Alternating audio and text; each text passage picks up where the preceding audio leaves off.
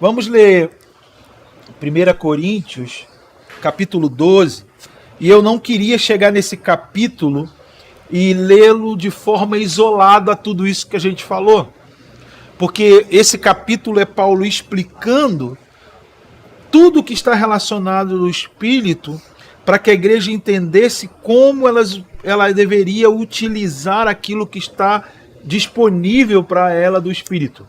Então Paulo aqui não está falando de um assunto desassociado a todo o movimento do Espírito. Por exemplo, o capítulo 12, ele é uma compreensão de Paulo a partir do que Jesus disse: o Espírito vos guiará a toda a verdade, ele vos ensinará todas as coisas, ele colocará a palavra na sua boca quando você precisar. Então o que Paulo está dizendo aqui é como isso opera.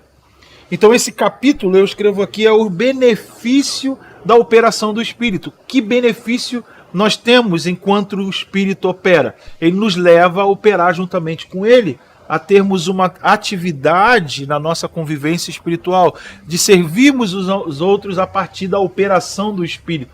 Não só a minha operação, não é só a minha atividade, é a atividade do Espírito que eu me uno para que o Espírito possa desenvolver realidades espirituais no meio que eu convivo.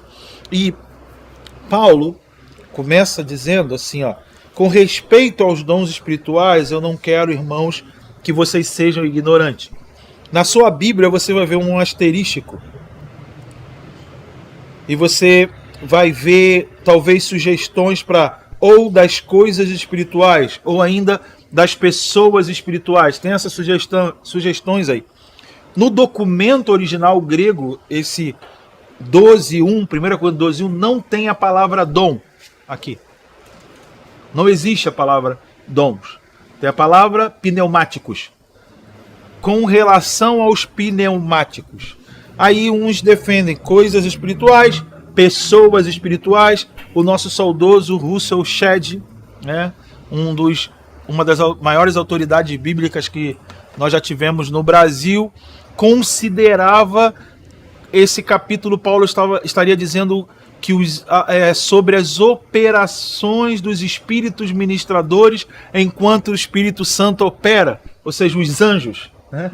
E ele falava que enquanto o Espírito Santo está operando, ele está nos convidando a trabalharmos juntos com seus espíritos ministradores. São concernentes à realidade espiritual. Então, eu não quero transmitir para você esse capítulo sobre o entendimento só sobre os dons que a gente tem usualmente, porque Paulo está dizendo aqui, o versículo 2. Eu não quero que vocês sejam ignorantes, por quê? Porque vocês, quando eram gentios, eram induzidos e levados por ídolos mudos. Então Paulo está falando sobre a realidade espiritual pelo qual nós somos conduzidos.